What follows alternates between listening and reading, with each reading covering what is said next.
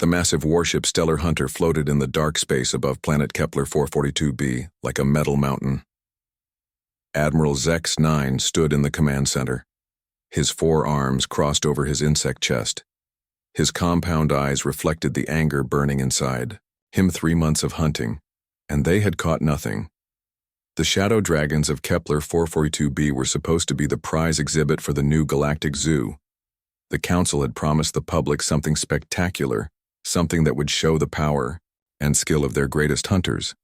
Instead, they had become a laughingstock across the galaxy. Commander Vorth entered the bridge, his reptilian scales dark with frustration. His team had just returned from another failed mission on the planet's surface. Report. Admiral Zex-9 demanded, his voice sharp like broken glass. Vorth shook his massive head. The same result, sir. The dragons appeared for exactly 30 seconds, then vanished through our containment fields. Our sensors could not track them once they activated their phase ability. Captain Yila ruffled her bright feathers nervously.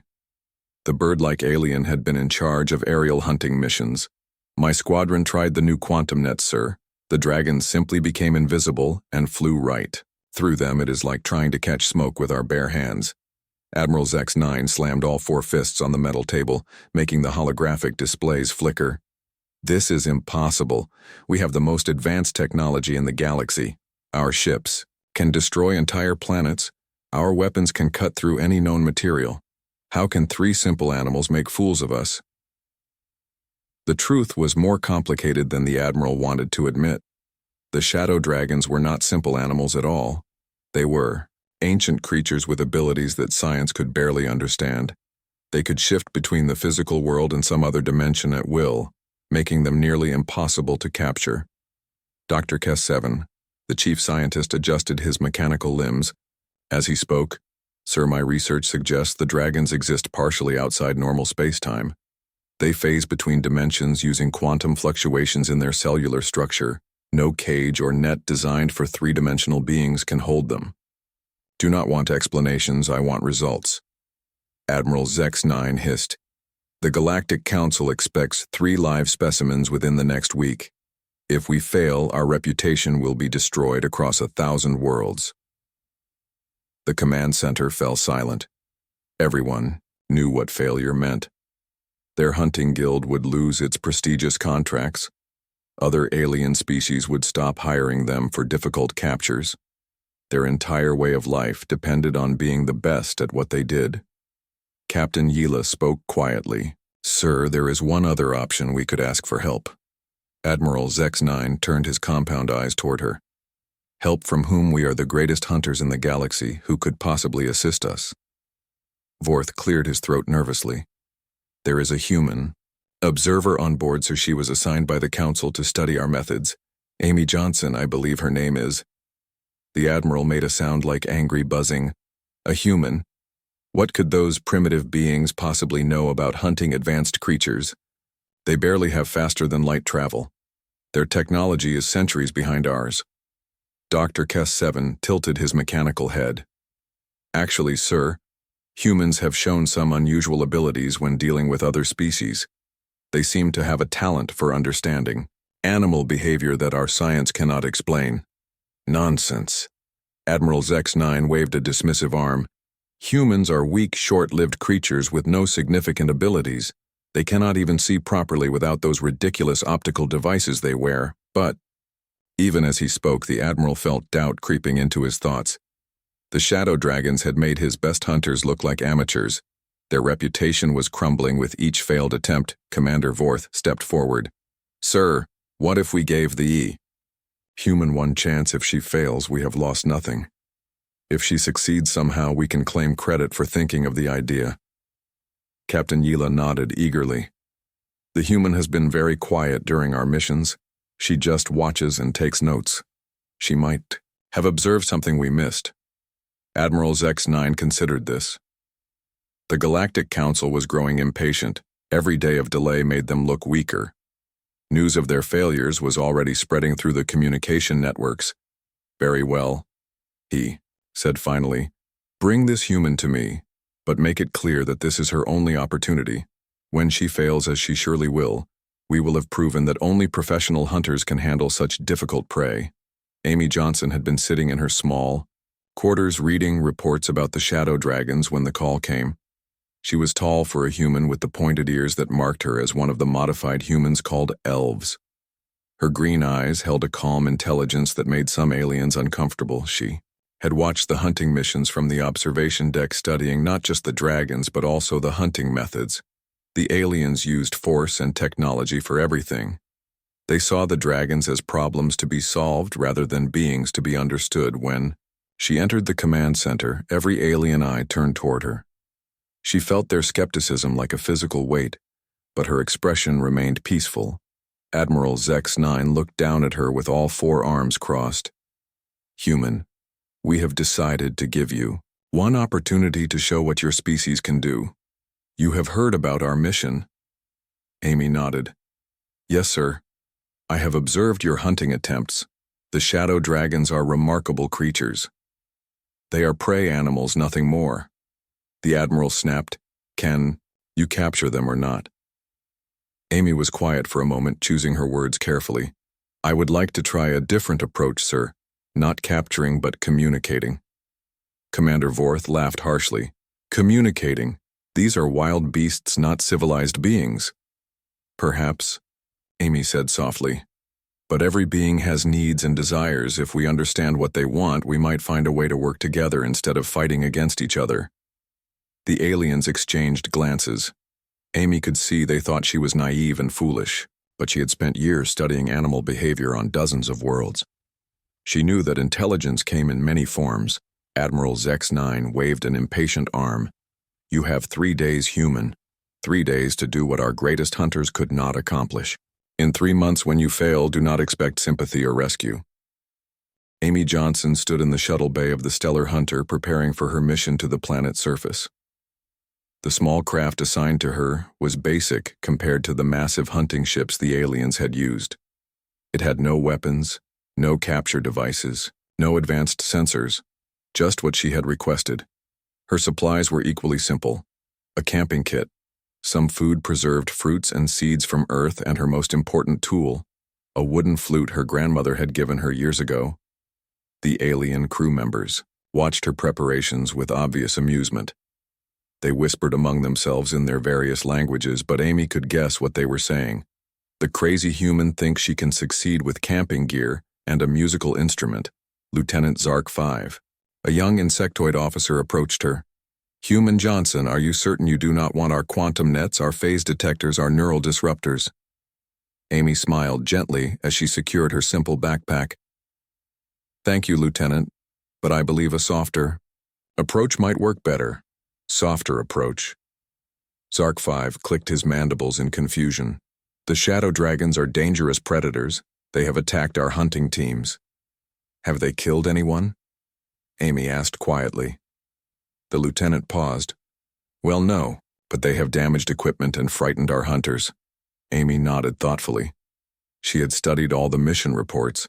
The dragons had never seriously harmed anyone. They seemed more interested in avoiding contact than fighting. They damaged equipment and scared hunters, but always in ways that drove the aliens away rather than causing real injury. "Perhaps they are not attacking," she suggested. "Perhaps they are defending themselves." Lieutenant Zark 5 made a sound like static.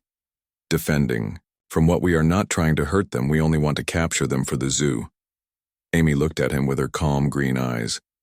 "From their perspective, what is the difference between capture and harm?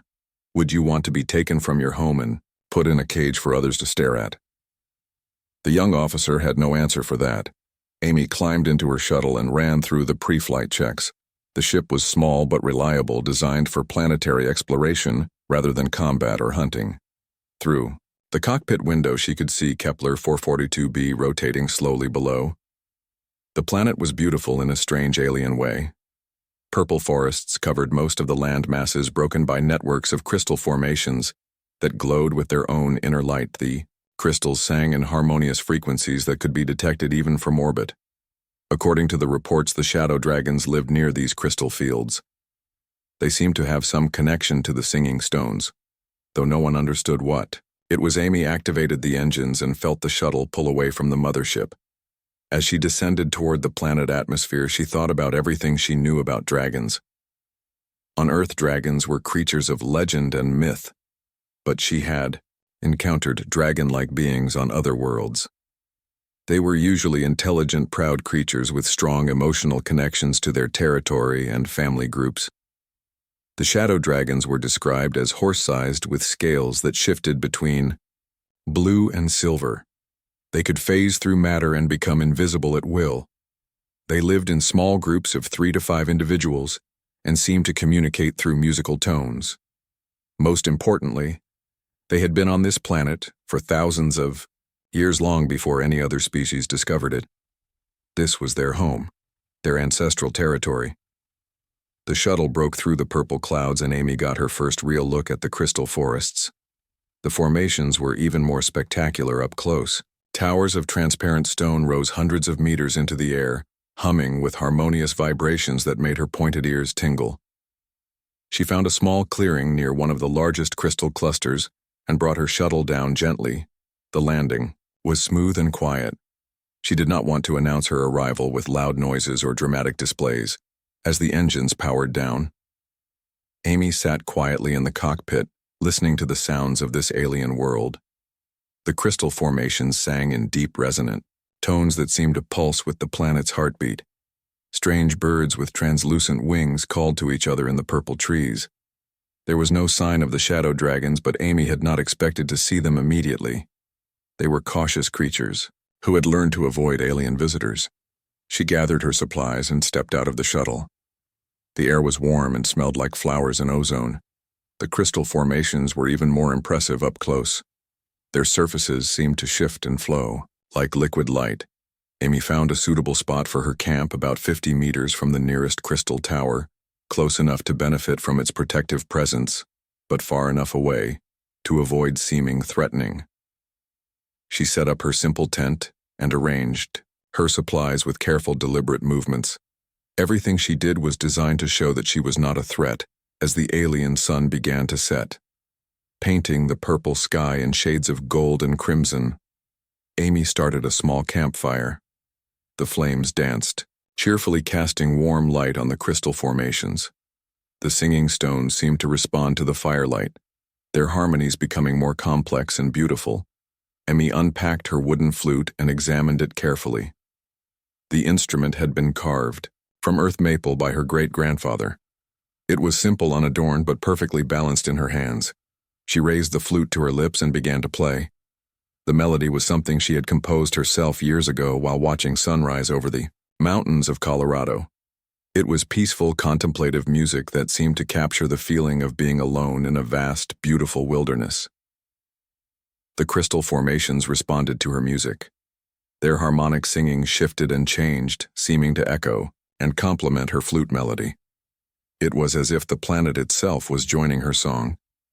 Amy played for nearly an hour, letting the music flow through her and into the alien landscape. She was not performing for an audience. She was simply sharing something beautiful with this strange world. When she finally lowered the flute, the crystal song continued for several more minutes, gradually fading to its usual deep harmonic drone. Amy smiled and carefully put away her instrument. Then she prepared a simple meal of earth fruits and alien provisions she had brought from the ship. She ate slowly, savoring the flavors while watching the stars emerge in the purple sky. Somewhere in the darkness, she heard a soft sound like wind chimes or distant music. Something was listening. Amy finished her meal and carefully extinguished her campfire. She did not want to disturb the night creatures with too much light. As darkness settled over the crystal forest, she retreated to her tent, but she left the flute lying on a small cloth beside the cold fire pit where anyone could see it, a gift waiting to be discovered. Amy woke before dawn to the sound of crystal chimes singing in the wind. Her pointed ears picked up subtleties in the harmonics that had not been there the night before. The frequencies were more complex, more purposeful, as if something had been added to the natural song. She lay still in her sleeping bag, listening carefully. There were other sounds too. Soft footsteps around her campsite, the whisper of movement through the purple grass. The shadow dragons had come to investigate during the Naomi smiled to herself but did not move suddenly. She knew that any quick motion might startle her invisible visitors. Instead, she slowly unzipped her tent and peered out into the gray pre-dawn light. Her flute was gone. In its place lay 3 beautiful objects. A crystal formation no larger than her thumb that pulsed with soft blue light. A flower unlike anything she had ever seen, with petals that seemed to be made of liquid silver. And a small, smooth stone that hummed with its own internal music gifts exchange offerings. Amy felt her heart racing with excitement. The dragons had not just investigated her camp. They had understood her gesture and responded in kind. This was communication at its most basic level, the sharing of beautiful things between strangers. She carefully emerged from her tent, moving slowly and deliberately. Her movements were calm, peaceful, showing that she appreciated the gifts and meant no harm to those who had left them. The crystal formations around the clearing seemed brighter this morning, their songs more melodious. Amy suspected that the dragons were still nearby, watching her response to their offerings. She knelt beside the 3 gifts and examined each one carefully. The crystal fragment was warm, too, the touch and pulsed in rhythm with her heartbeat. The silver flower had no scent, but seemed to shimmer with its own inner light. The musical stone produced different tones when she turned it in her palm. They were not random objects. These gifts had been chosen specifically for her. Each one combined beauty with function: crystal for light, flower for wonderstone for music. The dragons had somehow understood that she appreciated both practical and aesthetic qualities. Amy reached into her supply pack and withdrew 3 items of her own. A small hand-carved wooden bird that she had made during long space voyages, a packet of earth honey preserved in crystal containers, and a silver bracelet set with a blue stone that had been her mother's. She placed these gifts beside the dragon offerings, then stepped back several paces to show that she was not trying to reclaim what had been given to her. The exchange was complete.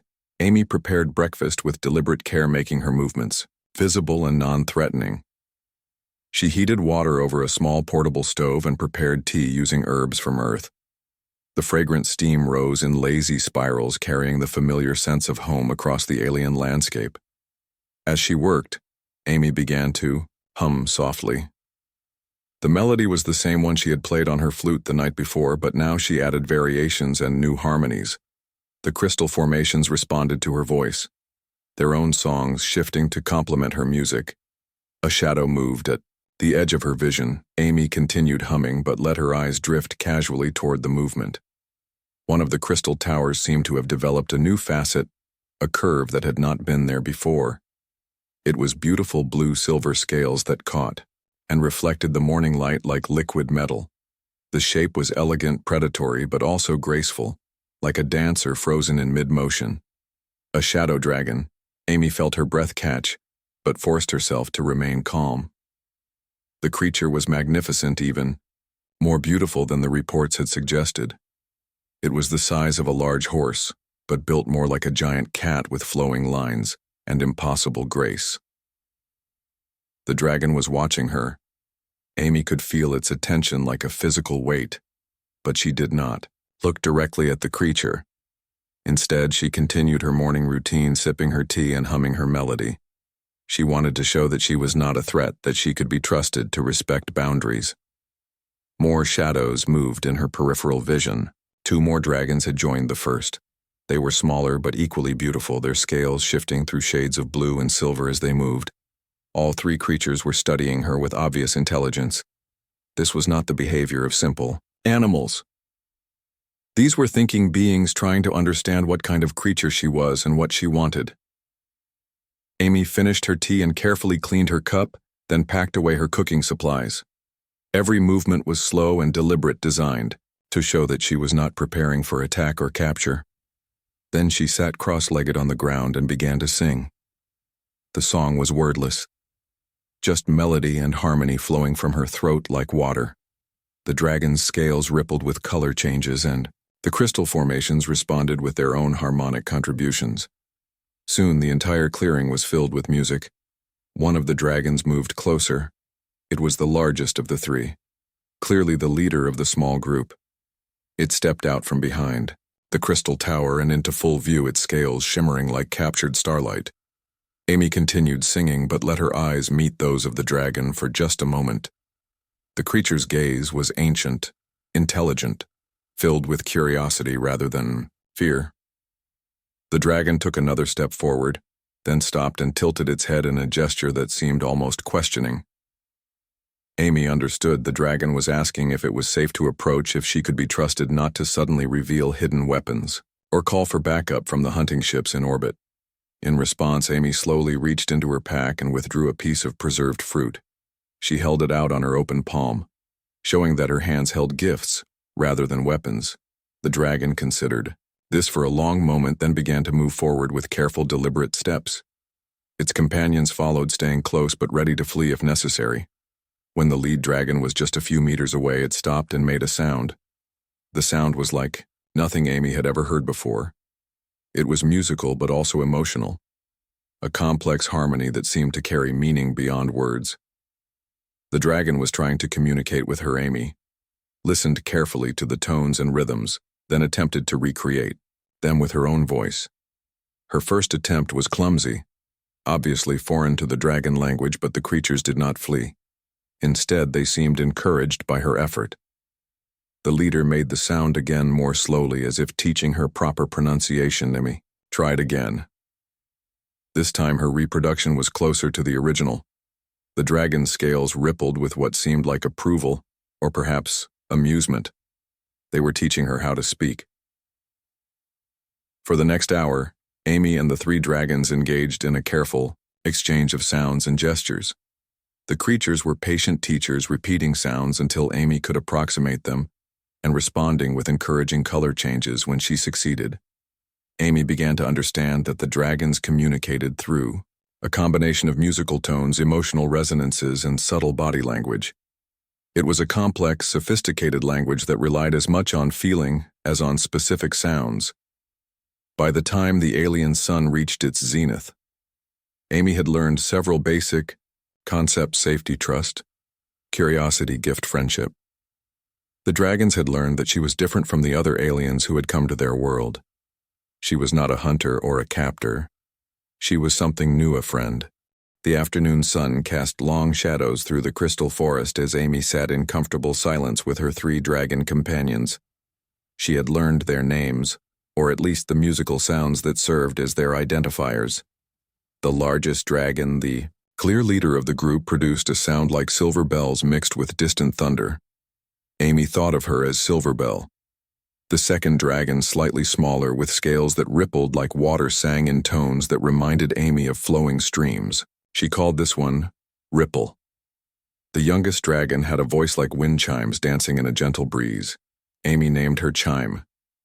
The dragons had also given Amy a name of her own. It was a complex musical phrase that seemed to mean friend who sings with crystals. She was honored by the title. As the day progressed, Amy learned more about dragon society and culture. They were not the simple beasts the Galactic Council believed them to be. The dragons had a rich oral tradition passed down through generations. In musical stories, they had complex social relationships based on harmony and cooperation, rather than dominance. Most importantly, Amy discovered why the dragons had been so difficult for the alien hunters to capture. The crystal formations were not just decorative features of the planet. They were living entities in their own way, connected to the dragons through quantum resonance.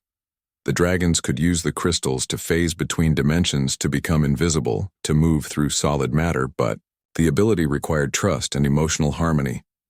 The dragons could only phase shift when they felt safe and connected to their environment.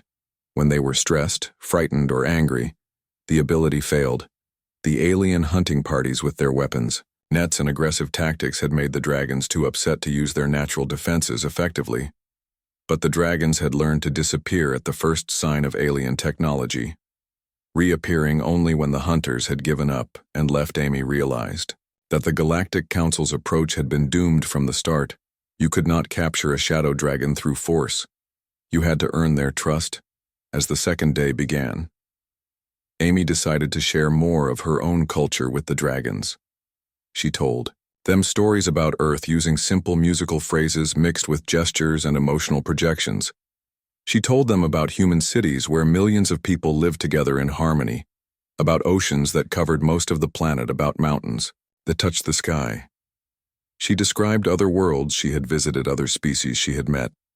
The dragons listened with fascination. Their scales rippled through colors. Amy was beginning to recognize as expressions of emotion. Deep blue for curiosity, silver for pleasure, warm gold for affection. In return, the dragons shared their own stories. They told Amy about the time before other species discovered their world, when dragons flew freely through dimensions, visiting other realities, other versions of their planet. They spoke of the great crystal gardens that once covered entire continents before geological changes had reduced them to scattered forests. They told her about the loneliness that had crept into their lives as their numbers dwindled, and their ancient migration routes were disrupted by alien activity. Amy began to understand what the dragons truly needed. It was not food or shelter or even safety. Those things they could provide for themselves. What they needed was connection, friendship, beings who could appreciate their intelligence and treat them as equals. On the third morning, Amy made a decision that would change everything. She activated her communicator and contacted the stellar hunter in orbit. Admiral Zex-9's harsh voice crackled through the small speaker. Human Johnson, report your status immediately. It has been 3 days. Amy looked at her 3 dragon companions who were listening with obvious interest. They could not understand the alien language, but they could sense the tension in the transmission. Admiral, I have made contact with the shadow dragons. They are intelligent beings with their own culture and society, irrelevant. Zex-9 snapped. Have you captured them or not? Amy took a deep breath. I have not captured them, sir, but I believe they might be willing to come with me voluntarily. There was a long pause. Then Admiral Zex-9's voice returned sharp with disbelief. Voluntarily, explain. The dragons are lonely, sir. They have been isolated on this planet for too long. They want contact with other intelligent species, but only on their own terms. They will not be captured or caged, but they might agree to visit the Galactic Zoo as honored guests. Honored guests. Admiral Zex-9 made a sound like grinding metal. They are animals, human, nothing more. Amy felt anger rising in her chest but kept her voice calm. With respect, sir, they are not animals. They have language, culture, art. They are people just different from us. Impossible. Our scans show no signs of civilization. No cities, no technology, no spaceflight capabilities. Amy looked at the crystal formations singing their eternal harmonies. Perhaps we define civilization too narrowly, sir. The dragons have achievements we cannot understand. They can travel between dimensions, communicate across vast distances through quantum resonance, manipulate matter at the subatomic level. She could hear muffled conversation in the background as Admiral Zex-9 consulted with his officers. Finally, his voice returned. Very well, human. If these creatures will come voluntarily, then bring them up. But understand this.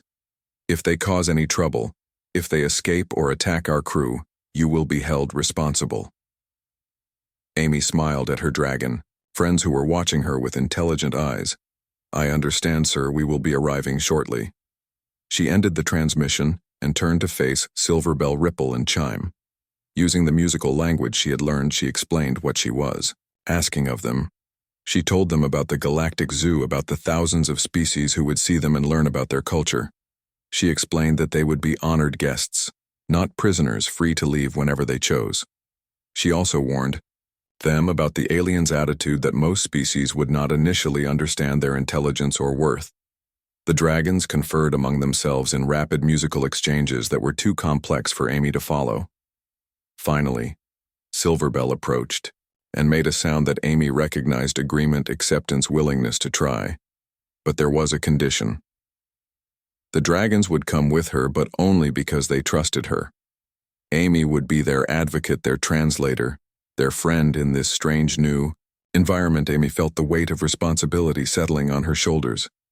These magnificent beings were placing their lives in her hands. I will not let you down, she promised in the dragon musical language. Silverbell nuzzled against Amy's shoulder, a gesture of affection and trust that made the human's heart swell with emotion. Together they walked toward Amy's shuttle, ready to begin a new chapter in the relationship between humans and dragons.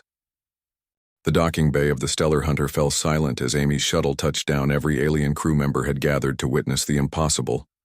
The human returning with 3 live shadow dragons, Admiral Zex-9 stood at the front of the crowd, his forearms crossed and his compound eyes reflecting skepticism. He had prepared containment fields, energy nets, and neural suppressors just in case the human had somehow managed to capture the creatures. The shuttle's cargo bay doors opened with a soft Hissami emerged first, walking calmly with her hands visible and empty. Behind her came the 3 shadow dragons moving with fluid grace, their scales shimmering in the artificial light. The aliens gasped and stepped backward. Some reached for their weapons. "Hold your positions," Admiral Zex-9 commanded sharply. No sudden movements, but the dragons showed no signs of aggression. Instead, they moved close to Amy, staying within a few meters of their human friend. Their scales displayed colors that Amy now recognized as curiosity and mild anxiety. They were nervous about being surrounded by so many strangers, but not frightened. Amy raised her hand for attention. "Admiral officers, I would like you to meet Silverbell, Ripple, and Chime. They are the representatives of the Shadow Dragon people." Commander Vorth stepped forward, his reptilian features twisted in confusion. "People, human, these are animals. You said they came voluntarily, but they are obviously under some form of mind control." Amy shook her head. "No, sir. They came because they chose to let me demonstrate." She turned to Silverbell and spoke in the musical dragon language, asking if the dragon would be willing to show the aliens one of her abilities. Silverbell considered the request, then moved to the center of the docking bay. The dragon's scales began to shift through a spectrum of colors, and slowly she began to fade from view. The aliens watched in amazement as Silverbell became completely invisible. Then, just as suddenly, she reappeared in a different location across the bay. Her companions Ripple and Chime performed similar demonstrations, showing their ability to phase through solid barriers. "Impossible." Dr. Kess-7 breathed. "The energy readings are off the charts. They are manipulating quantum fields with their biological systems alone." Amy smiled. "The dragons have abilities our science cannot fully explain, but more importantly, they have intelligence, wisdom, and culture.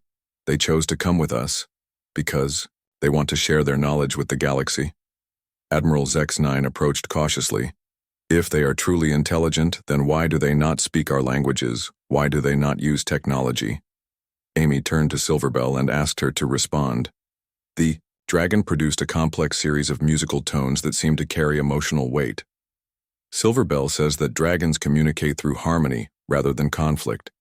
They see no need for weapons or machines when natural abilities serve better. They say that true intelligence is learning to live in balance with your environment."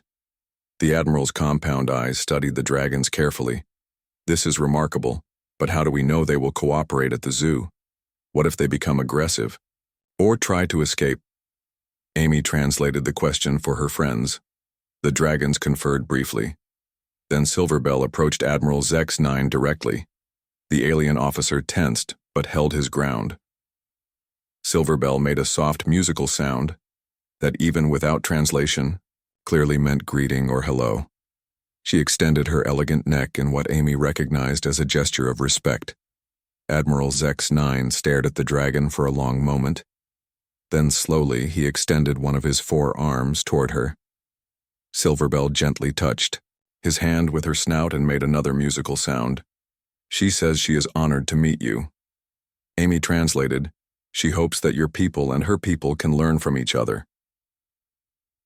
The journey to the Galactic Zoo took several weeks. Amy spent most of the time with the dragons, helping them adjust to life aboard a spaceship. The aliens had hastily converted a cargo bay into a temporary habitat, with crystal formations brought from the dragon homeworld. Word of the successful mission spread quickly.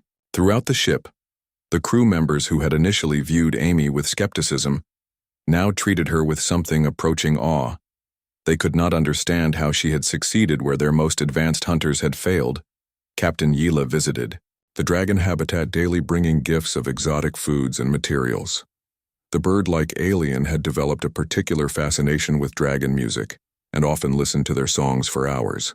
Commander Vorth spent long sessions with Amy learning the basics of dragon language. He was amazed by the complexity of their communication system and the philosophical concepts embedded in their speech. Even Admiral Zex-9 admitted privately that the mission had been a complete success. Not only had they obtained the specimens the Council wanted, but they had also made contact with a new intelligent species. When they arrived at the Galactic Zoo, the dragons were installed in a specially designed habitat that mimicked their crystal forest home. Amy insisted on living quarters nearby so she could serve as their translator and advocate. The public reaction exceeded all expectations.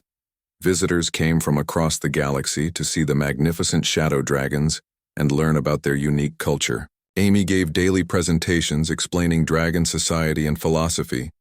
But the most remarkable moment came 3 months after their arrival. A delegation of dragon representatives arrived from Kepler 442b.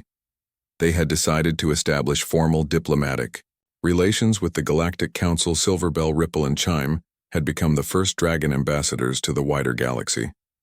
Their willingness to trust Amy and venture into the unknown had opened a new chapter in interspecies relations. Amy stood in the dragon habitat watching her friends interact with their visiting relatives.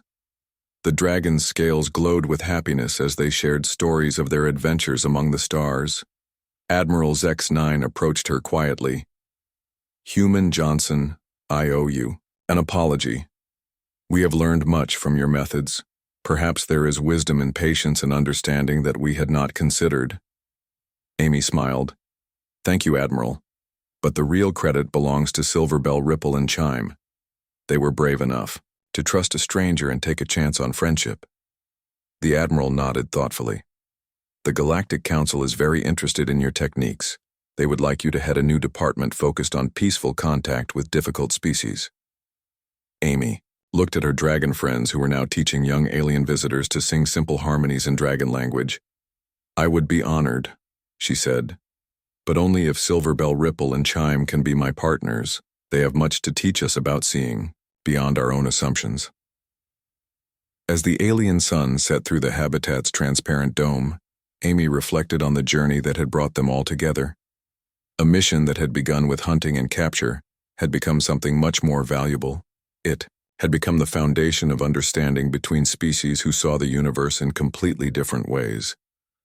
The shadow dragons of Kepler 442b were no longer mysterious creatures to be feared or captured.